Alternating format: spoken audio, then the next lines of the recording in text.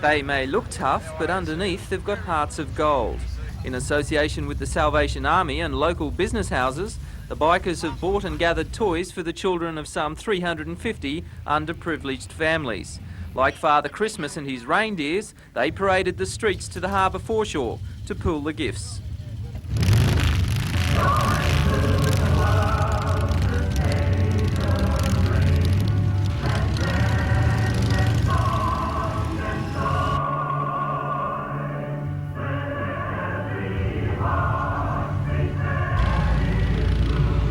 It's the 10th year the bike riders have held the toy run, and with similar events happening in all capital cities, the bikers' compassion will make Christmas a happier time for thousands of Australian families.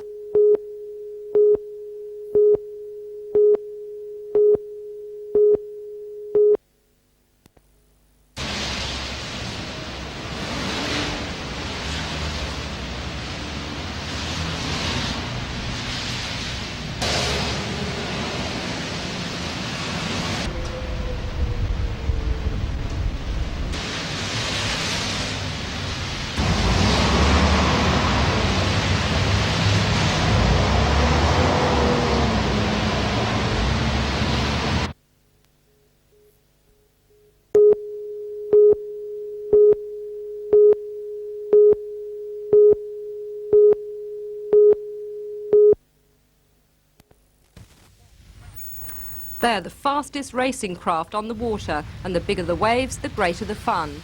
Newcastle and Central Coast champion sailboarders were preparing for the fourth heat of the New South Wales Funboard Series that begins on Saturday. Best prospect for the two-day event is Stuart Martin of Belmont, the runner-up in the state funboard titles. He and Australian junior champion of New South Wales, Mark Carver of Terrigal, New South Wales Masters champion Tibor Ferenzi and Peter Wright of Belmont made the exhilarating sport look easy. They will be joined by 100 of Australia's best sailboarders in the event, sponsored by Peppers on Sea and Pepsi. And also there will be world champion Chris Lawrence of Lisarow. As Australia's Olympic representative and triple world champion, how do you feel you're going to go this weekend? Hopefully we'll do quite well. There's a lot of competition coming from interstate and throughout the state. And we have a lot of good local sailors here, but hopefully I'll be able to do well. And how are these conditions for the regatta? Well, at the moment you can see they're perfect. A little bit of sun would help, but the wind and swell-wise, it's perfect.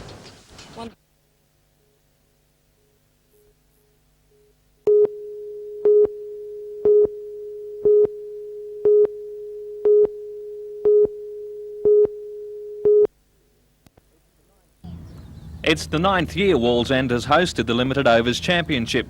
Like the World Series Cup, the competition is fast and furious with plenty of attacking strokes and big hits. The rules are fairly simple, with 5 of the fielding side having to bowl 2 overs and the other 5 1 over.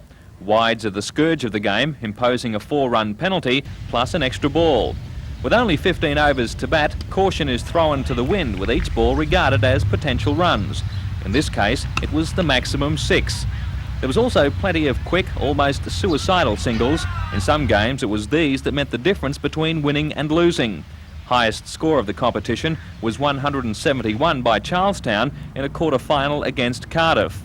For the host club and defending champions Wallsend, it's the 3rd successive year they've made it into the final.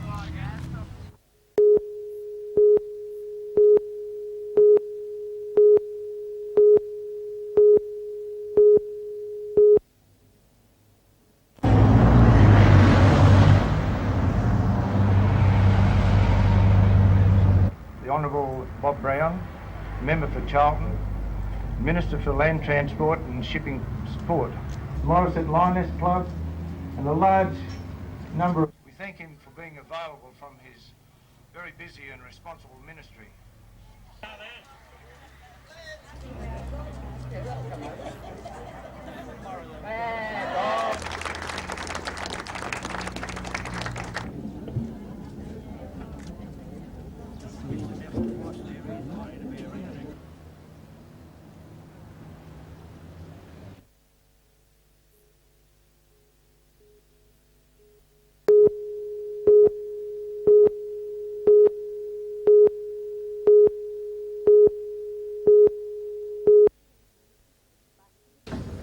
It's back to the drawing board for Lake Macquarie City Council after the decision to undertake yet another study of the Greenpoint land.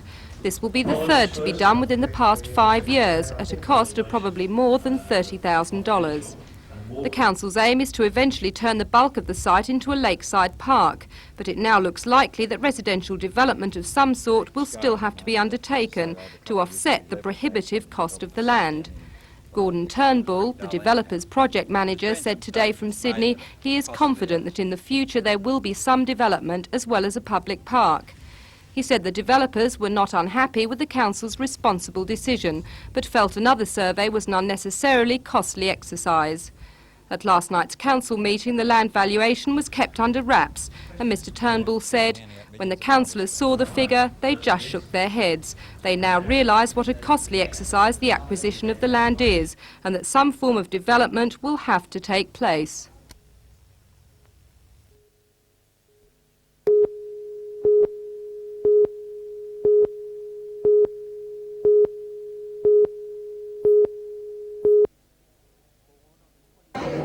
Born on the 20th of December 1888 in Adamstown, Janet Wright has seen half this nation's history of white settlement develop before her eyes.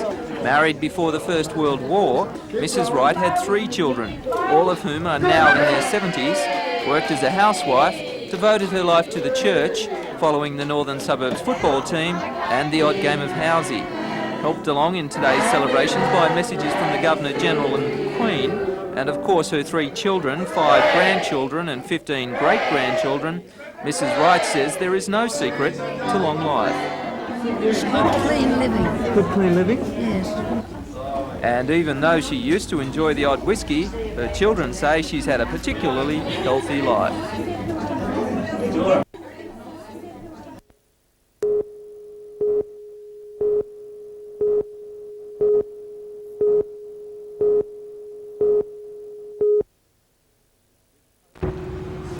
This poster is going up in railway stations, milk bars and amusement arcades across the city.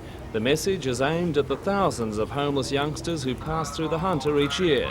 Salvation Army Major Stan Hindle believes a simple phone call could mark the start of a long journey home.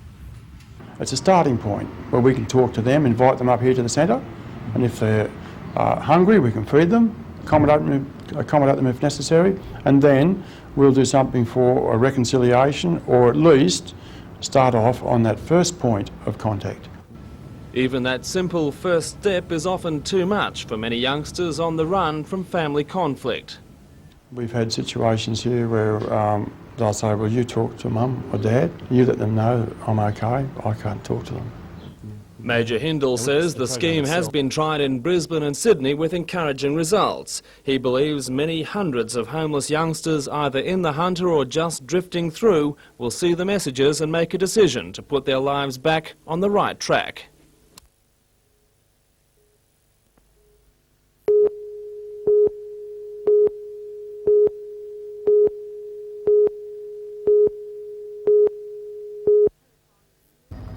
The terrifying ordeal for Adam Kane of Lithgow and Gavin Griffiths of Buff Point began at midday.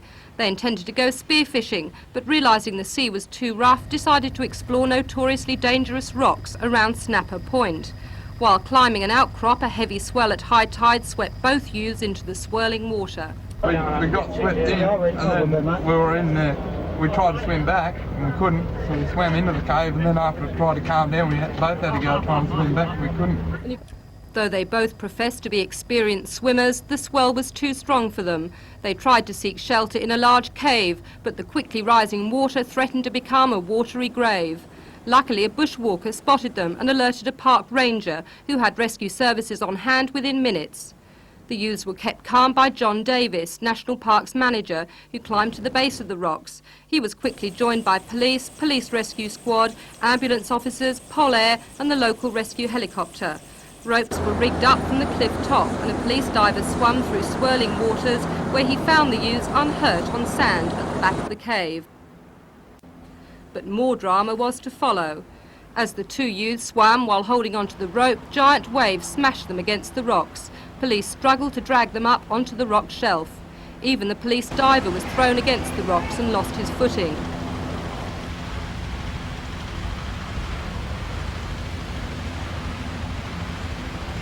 With only minor cuts and bruises, the youths were hauled into the rescue helicopter and back to dry land.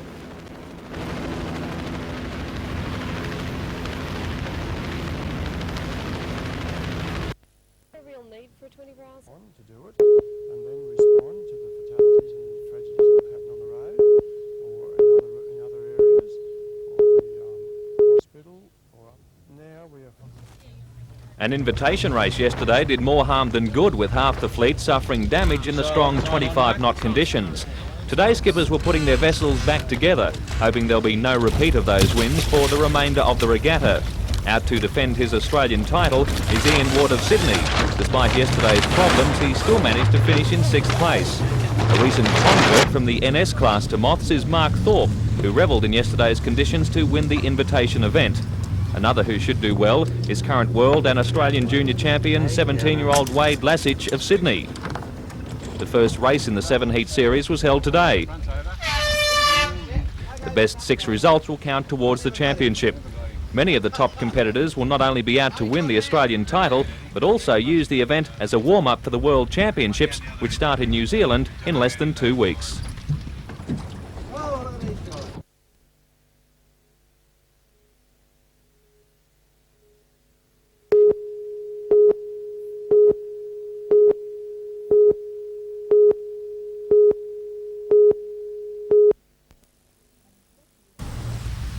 An inspector was sent to the site today when locals informed the department of the discovery. Hundreds of fish have been found struggling for life on the southern side of the power station.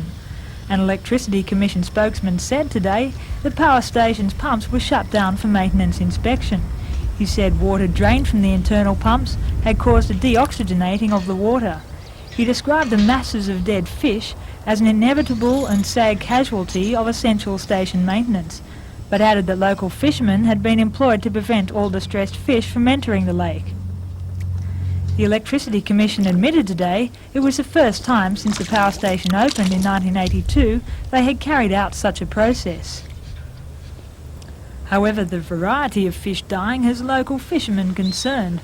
A verdict of the cause of the fish's plight is expected from the Department of Fisheries within a fortnight.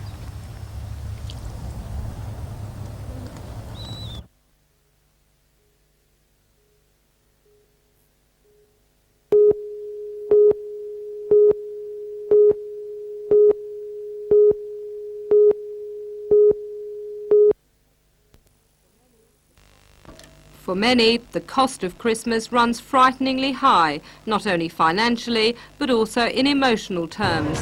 In some cases, Lifeline Director Noel Cathcart says family togetherness can heighten despair when life gets back to normal. Already Lifeline counsellors are being inundated with calls from people who find their emotional problems are now even harder to deal with. The service anticipates calls will double to 2,000 next month, when the credit card demands inevitably roll in. Not only are they hundreds, but sometimes thousands of dollars in debt, and they have no way of being able to repay those accounts. And there are many who are so desperate they are suicidal, actually.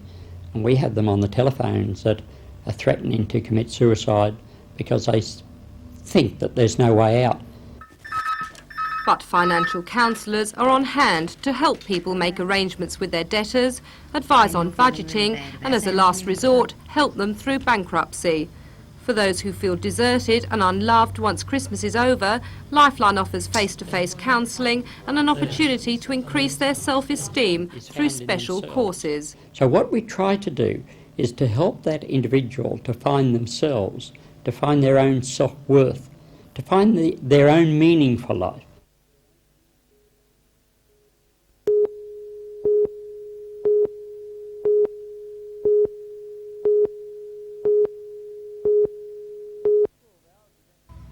"12 hours of entertainment has been planned. It started at noon and runs till midnight. Although crowds were down this afternoon, organisers are hoping more than 20,000 people will come to Spears Point to farewell 1988. Already the younger revellers are all smiles on the fairground rides, getting into the swing of things for the new year. Others have settled in for a big night of entertainment with jazz and rock bands, comedians, and the finale tonight, $25,000 worth of fireworks. Extra bus services will be provided till 2 in the morning, and local police are hoping for a lawful celebration to toast the new year.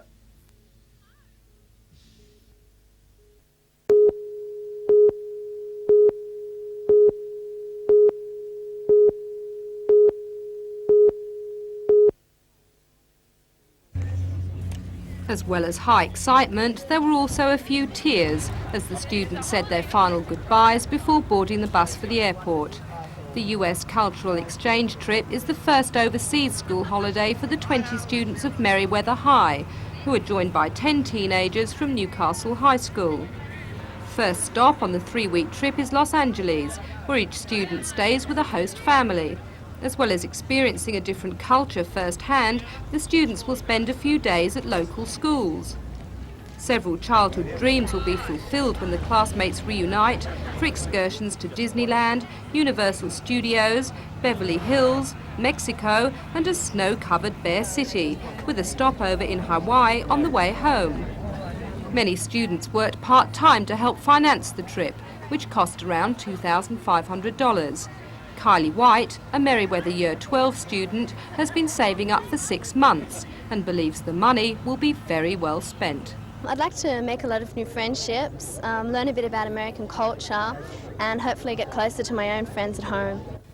For Year 9ers, Renee Gore and Melanie Pritchard, it is the first time they have set foot off Australian soil. I've been overseas before and I think it'd be a good experience to go to the schools to see what it's like over there because it's supposed to be really different than in Australia.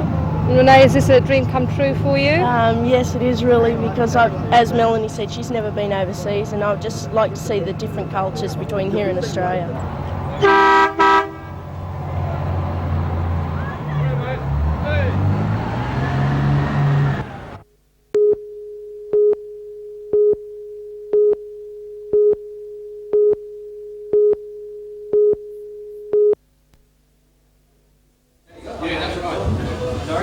An average day in the life of Gosford postie Michael Pickering involves a fair share of the routine, sorting hundreds of letters daily for his regular Davistown run.